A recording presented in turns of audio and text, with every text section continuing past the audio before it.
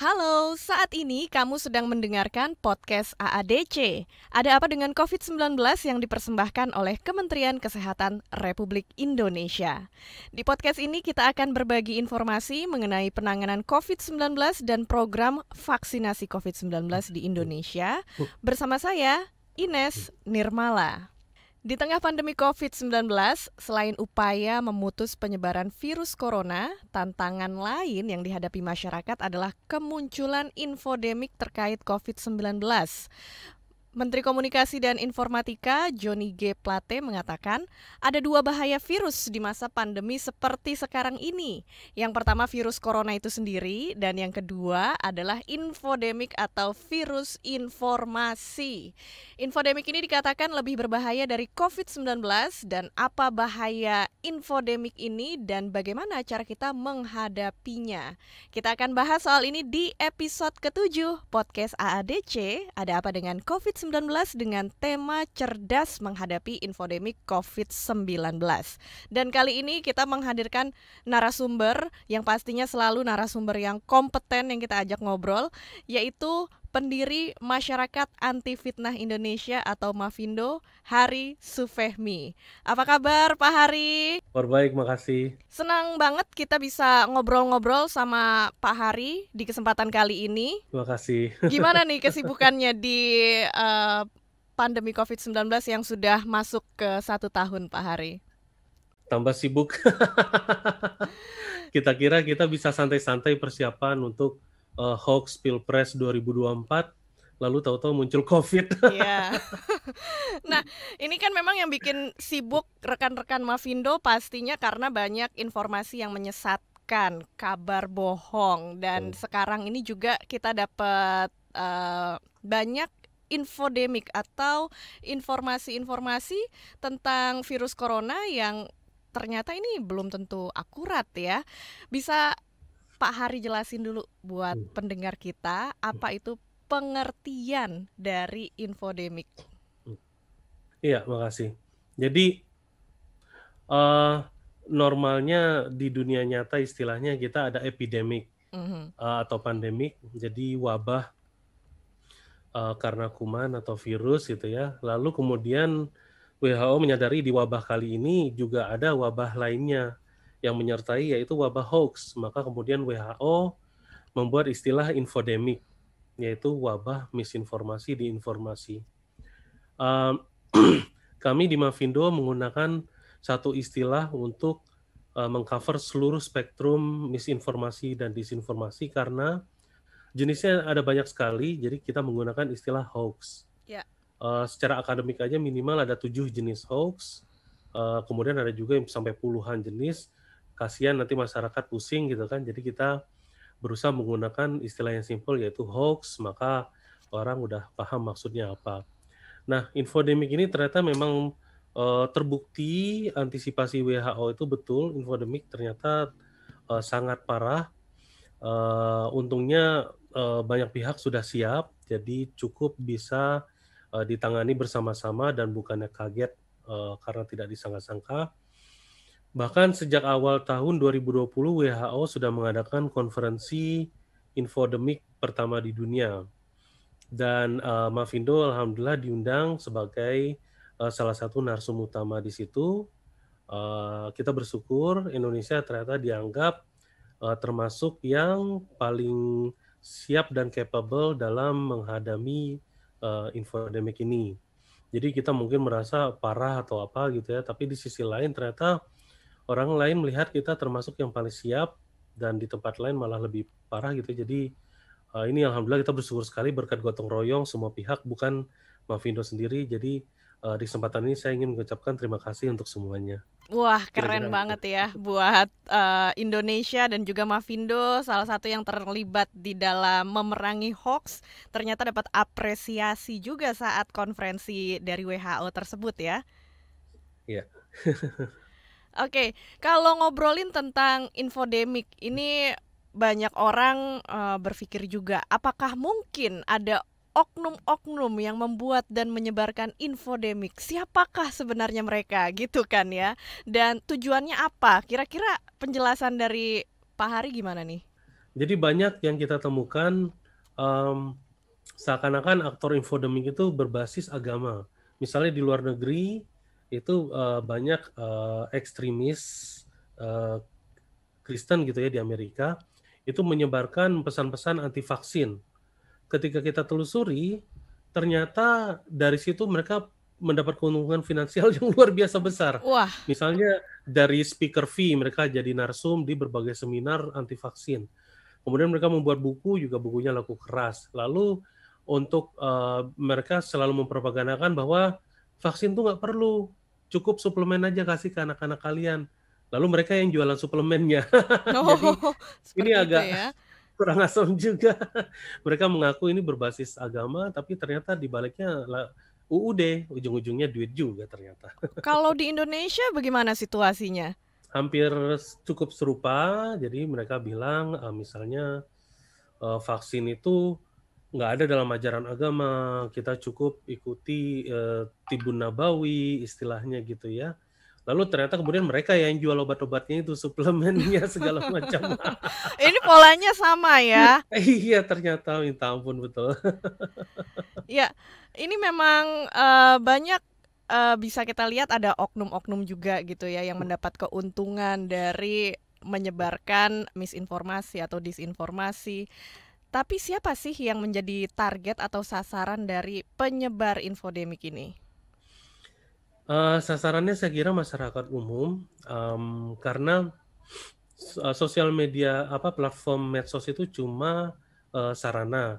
Jadi dengan melalui medsos itu, apakah itu Facebook, YouTube, atau misalnya WhatsApp gitu ya, kemudian jadi menyebar di grassroots, mulut ke mulut. Nah, yang mulut ke mulut ini yang nggak bisa kita pantau lebih liar lagi gitu.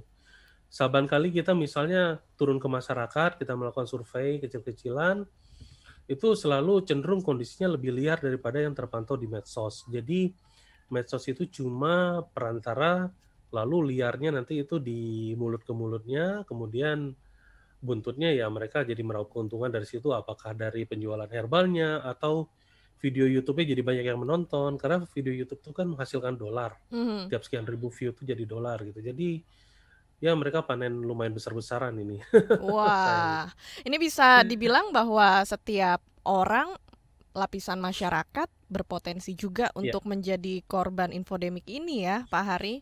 Tapi betul. Betul kalangan sekali. mana yang paling berpotensi menjadi korbannya? Ya, biasanya mereka menyasar pihak-pihak yang rendah literasi.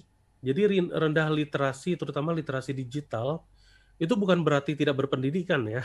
Ya, Saya pernah ketemu profesor yang ngirim foto yang udah diedit, jelas banget diedit. Lalu saya bilang, Prof, mohon maaf ini fotonya udah diedit.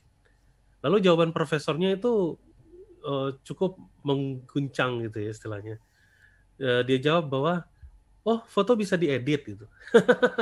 wah, Ini kelas profesor belum tahu hal seperti itu. iya. Jadi kita bayangkan kalau yang lainnya seperti apa. Jadi di sisi lain menariknya banyak pihak generasi muda itu kebal hoax.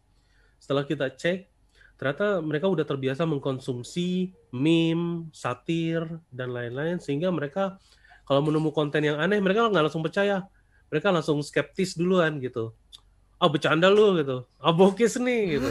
Jadi mereka nggak langsung telan mentah-mentah. Iya. Jadi kita cukup bersyukur di situ, generasi muda kita cukup bagus, tapi kemudian kita juga tetap harus memikirkan yang lain, ibu-ibu, bapak-bapak, dan generasi yang bermasalah di sisi literasi digitalnya. Kira-kira gitu. Nah, tadi Pak Hari sebutkan bahwa orang yang sudah memiliki pendidikan tinggi, profesor gitu ya, tapi tingkat literasi digitalnya rendah. Nah, bisa dijelaskan ini literasi digital itu apa sih? Iya, jadi kalau kita bicara literasi biasanya kita langsung terpikir seperti buku, bacaan gitu ya, sastra. Ternyata kalau di dunia digital ya awareness tentang dunia digital itu. Jadi misalnya ada pepatah, on the internet no one knows you are a dog. Jadi di internet itu nggak tahu kalau kamu itu sebetulnya anjing gitu, istilahnya gitu. Mhm. Ini banyak orang belum paham itu, jadi dipikirnya kalau saya tulis nama saya adalah Syekh Habib Hari Sufemi, orang langsung percaya Wah, tuh betulan Habib gitu. ada keturunan Timur Tengah juga nih, jangan-jangan gitu kan? Enggak. Tapi maksudnya itu, jadi apa, orang tuh nggak paham bahwa di internet tuh semuanya bisa direkayasa, bisa diatur. Jadi mereka menghadapi internet tuh seperti menghadapi face to face, langsung percaya gitu aja gitu. Padahal untuk di dunia digital nih kita perlu kritis dan skeptis. Itu kunci selamat di dunia maya ini. Jadi banyak pihak masih belum mindset-nya belum ke situ, awareness-nya juga belum. Jadi kita semua ada PR besar di situ. Iya, memang literasi digital ini penting untuk setiap orang yang memang sekarang sudah makin terpapar segala hal yang berbau digital, tapi tadi Pak Hari sebutkan kalau anak-anak muda ini mereka lebih waspada, nggak mudah terkena hoax gitu ya. Nah, Iya betul. kalau kita ngobrolin tentang hoax gitu atau infodemik sekarang istilahnya, apa aja dampak yang akan terjadi dengan merebaknya hoax dan ancamannya seperti apa? Iya, jadi hoax ini banyak orang meremehkan hoax. Ah, apaan sih hoax, nggak penting gitu, biarin aja suka-suka orang gitu kan. Ternyata serius. Jadi pernah ada dari kalangan, saya pernah bicara dengan komunitas Muslim. Mhm. Nggak apa-apa hoax itu nggak ada masalah, nggak usah repot-repot diurusin. Lalu saya cerita, ada engineer IBM di India, dia lagi ke kampung, lalu dia bermain dengan anak-anak kampung itu, mendadak dia dikeroyok sama penduduk kampung itu sampai mati gitu. Wah, gawat. Ternyata di saat itu ada hoax menyebar di WhatsApp di kampung itu bahwa engineer yang Muslim orang India itu adalah pencabul anak gitu. Langsung orang kampungnya percaya gitu aja dan dia dikeroyok sampai mati. Jadi saya jelaskan, nih di India, di Myanmar, Rohingya, kita umat Islam jadi korban hoax. Jadi hoax ini bukan masalah kecil, nggak boleh kita remehkan. Lalu saya ceritakan juga misalnya ada orang kena stroke, lalu sama teman-temannya itu bukannya golden minutes atau golden seconds itu segera dilarikan ke rumah sakit, malah ditusuk-tusuk jarinya. Gara-gara Mhm. mereka mendapatkan pesan berantai bahwa pertolongan pertama stroke adalah tusuk-tusuk jari korbannya dengan jarum. Lama mereka tusuk-tusuk itu meninggal akhirnya. Padahal harusnya mungkin masih bisa diselamatkan kalau cepat ke rumah sakit. Itu baru beberapa contoh kecil. Belum lagi kalau kita bicara kalau hoax medis, vaksin, gara-gara hoax vaksin, tingkat vaksinasi di Indonesia yang MR itu sempat drop drastis sehingga banyak anak-anak tidak tercover dan entah jadi berapa banyak nyawa yang jadi korbannya. Jadi nggak main-main hoax ini masalah nyawa gitu. Jadi banyak orang belum aware soal ini. Ngapain sih kita repot-repot ngurusin hoax? Karena kita berusaha menyelamatkan nyawa, as simple as that. Ya, Tapi masih banyak orang belum tahu ini. wah, ini memang situasi yang gawat juga ya, karena dengan merebaknya hoax atau infodemik ini bisa melayang juga nyawa orang-orang yang seharusnya bisa Betul, diselamatkan gitu ya. betul sekali ya. Nah, yang penting berarti adalah pengawasannya juga nih terhadap merebaknya infodemik yang kalau di Indonesia dilakukan pemerintah melalui Kementerian Kominfo gitu ya. Tapi Iya. kenapa sih penyebaran infodemik atau hoax masih belum terkendali? Iya, karena memang masif ya. Kita ada eh, mendapat PR besar juga dari warisan Orba lah istilahnya. Jadi ini udah Mhm. masalah lama, tapi baru meledaknya sekarang. Bapak saya sempat nanya ke saya, Har, kenapa sih sejak Jokowi jadi presiden itu jadi ada banyak hoax?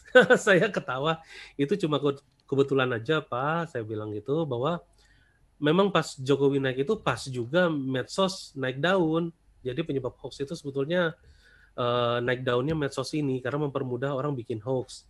Mungkin kita pernah ingat dulu berapa puluh tahun yang lalu kita dapat surat berantai. Mhm. Ini surat dari penjaga makam Nabi di Madinah. Ini surat ini harus fotokopi dan kirim ke 10 orang. Iya. Zaman dulu menyebarkan hoax harus kayak gitu caranya. Sekarang tinggal pencet tombol forward di WhatsApp langsung kesebar kemana-mana. Jadi medsos ini memberi jalan sejak saat mudah dan pemantauannya juga tidak mudah karena ada begitu dunia maya yang begitu luas yang harus dipantau. Jadi solusi yang paling tepat adalah kita menggunakan multi approach. Jadi bukan cuma pemantauan, Tapi kita juga sambil mendidik masyarakat, sambil kemudian jika ada yang perlu tindakan hukum, misalnya ada dalang produsen hoax yang betul-betul berbahaya, dilakukan tindakan hukum oleh yang berwenang dan seterusnya. Pihak akademis juga membantu dengan riset-riset. Jadi dengan multi approach kayak gini, maka mudah-mudahan jadi lebih bagus hasilnya daripada cuma misalnya hanya tindakan hukum aja gitu. Jadi itu yang kita advokasi ke semua pihak saat ini. Iya. Kira-kira gitu. Dan memang kita masih terus berupaya untuk melawan hoax, misinformasi, infodemik yang beredar di sekitar kita. Nah, kalau untuk pihak-pihak yang misalnya membuat hoax atau menyebarkan hoax, apakah sebenarnya sanksi itu efektif bisa digunakan untuk itu, dan sebenarnya sanksi apa yang juga diberikan kepada mereka-mereka ini yang membuat atau menyebarkan hoax? Kalau sanksi ini efek jerahnya perlu dipublikasikan besar-besaran agar kita bisa mendapatkan efek jerahnya. Kalau sanksi hukum itu kurang dipublikasikan, efek jerahnya itu jadi minim gitu. Jadi tapi mempublikasikan, mensosialisasikan ini memang nggak mudah gitu. Jadi saya usul ke pihak teman-teman di polisi, selalu usul bahwa yang ditindak itu dalangnya aja gitu. Kalau orang awam yang cuma nggak tahu ikut nyebarin, baiknya nggak usah ditindak karena kasihan ngerepotin polisi juga ngurusinnya Jadi gitu. tambah banyak kerjaan. Iya. Nah, alhamdulillah itu di-follow up oleh teman-teman. Sekarang kita ada yang namanya polisi cyber. Jadi ketika ada yang membuat hoax, nggak langsung diseret ke polisi, tapi dikasih peringatan dulu. Jadi shock terapi lah gitu. Nah, jadi di satu sisi dengan ini maka jadi makin banyak pihak yang bisa mendapat pencerahan bahwa ini salah gitu. Di sisi lain juga mudah-mudahan membantu teman-teman polisi mengurangi pekerjaan mereka gitu. Jadi mudah-mudahan ini adalah salah satu win-win solutionnya gitu. Ya, nah kita balik lagi ngobrolin seputar infodemik COVID-19.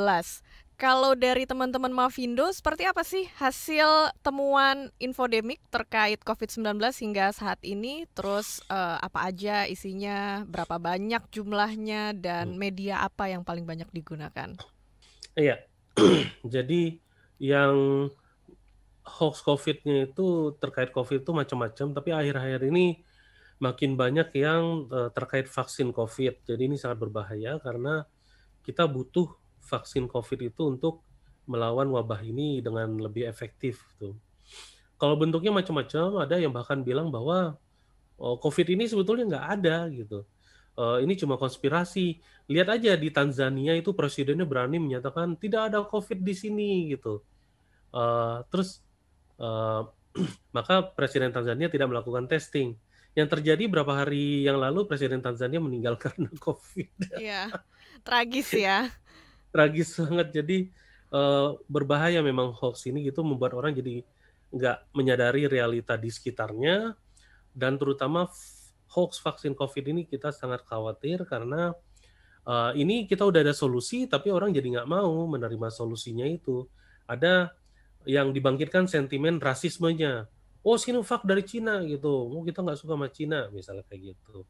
Lalu ada lagi yang ini nggak mau karena misalnya orang lain aja kita belum percaya dengan vaksin. Vaksinnya belum dites ke binatang.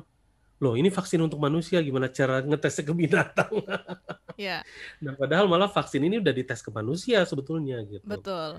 Jadi ini sangat berbahaya dan memprihatinkan. Jadi kita bekerja sama dengan semua pihak, teman-teman WHO, bahkan CDC ikut membantu kita di Indonesia melawan hoax vaksin COVID di Indonesia ini. Jadi kita sangat bersyukur sekali banyak bantuan.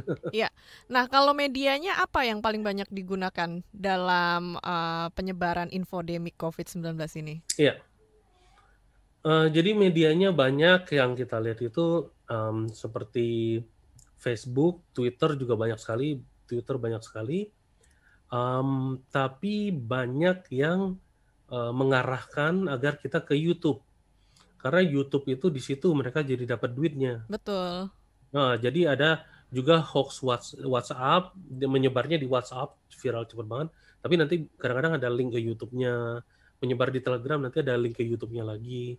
Karena begitu di YouTube itu jadi dolar gitu. Jadi ya gitu deh. Iya, padahal videonya juga nggak berkualitas sebenarnya ya yang ada di Sama sekali situ. enggak, Iya, gitulah. tadi juga Pak Hari sempat sedikit menceritakan infodemik yang terjadi di Tanzania mengakibatkan hal yang tragis juga terhadap pemimpin negara tersebut ya. Kalau dibandingin nih infodemik yang terjadi di Indonesia dan di negara-negara lain, seperti apa perbandingannya dan apakah infodemik ini juga terjadi di setiap negara yang mengalami COVID-19? Iya. Jadi ada alasannya kenapa WHO mengantisipasi dengan memberikan fokus ekstra ke infodemik. Ternyata sekarang infodemik ini lagi parah di Eropa dan Amerika. Amerika tuh kita udah tahu mereka mungkin saat ini nomor 1 di dunia dalam soal kasus dan kematian karena COVID. Antara lain ya karena begitu banyak hoax yang beredar di sana di Amerika tuh, misalnya ada hoax bahwa menggunakan masker itu akan menyebabkan penyakit paru-paru. Waduh, jadi orang pada nggak mau pakai masker. Lalu ada lagi yang propaganda menghasut. Menggunakan masker itu adalah salah satu bentuk pengekangan kebebasan, freedom katanya. Wow, kami tidak mau dijajah oleh tirani, kami tidak mau pakai masker. Ya udah pada kena. Jadi itu kasihan banget kita ngelihatnya. Tapi alhamdulillah sekarang di sana udah mulai membaik, walaupun di beberapa daerah di Amerika masih bermasalah. Tapi Eropa sekarang yang kasihan, mereka lagi cukup hancur-hancuran dan malah jadi lagi banyak demo menolak tindakan pemerintah untuk melawan COVID ini, misalnya lockdown atau menyuruh pakai masker. Mereka sampai demo turun ke jalan karena mereka udah pada termakan hoax. Jadi kita bersyukur di sini belum sampai separah itu dan mudah-mudahan bisa terus kita hindarkan dengan semua pihak saling gotong royong bekerja sama seperti sekarang ini. Wah, ternyata di negara lain juga parah ya apa yang terjadi akibat infodemik yang menyebar luas itu. Kalau di Betul. Indonesia tadi yang seperti Pak Hari bilang, kabar bagusnya adalah Indonesia mendapat apresiasi dalam Indonesia siap dan capable untuk menangkal hoax ini ya. Nah, Iya, untuk masyarakat dan juga orang yang ngedengerin podcast ini, apa yang harus dilakukan jika menemukan infodemik atau hoax? iya. Jadi tanda yang paling mudah bahwa sebuah konten itu kemungkinan hoax, yaitu adalah dia membangkitkan emosi negatif kita. Jadi cara hoax untuk viral itu adalah karena dia didesain untuk membangkitkan emosi negatif. Hmm. Misalnya panik, cemas, marah, gusar, kebingungan gitu. Jadi ketika kita membaca pesan dan salah satu emosi itu muncul ke kita, misalnya kita marah, cenderung refleks kita akan langsung memforward ke semua orang. Kurang ajar ini, terus langsung forward gitu. Jadi ketika kita terasa emosi itu muncul, langsung stop dulu. Ini betulan apa enggak gitu. Karena ini konten kok ternyata bikin gue jadi marah, jadi kesel, jadi panik. Tunggu, stop dulu deh. Harus skeptis dan kritis dulu. Gue cek dulu deh kalau gitu. Jadi cara selamat dari hoax itu adalah itu ketika tandanya ada, yaitu konten emosi negatif, maka langsung munculkan skeptis dan kritis. Maka insya Allah kita bisa selamat dari Wah, hoax. itu tips sederhananya ya. Pertama kita harus skeptis dulu nih terhadap informasi yang meresahkan ketika kita terima. Ya betul. Nah, Pak Heri, ada nggak sih aplikasi atau website yang bisa menjadi rujukan untuk cek kebenaran sebuah informasi? Ya, kita sudah siapkan fasilitasnya. Kita ada website turnbackhoax.id namanya. Di situ kita selalu up to date setiap hari. Kita tambahkan hoax-hoax terbaru. Khusus hoax terkait COVID aja saat ini udah hampir ada 1.000.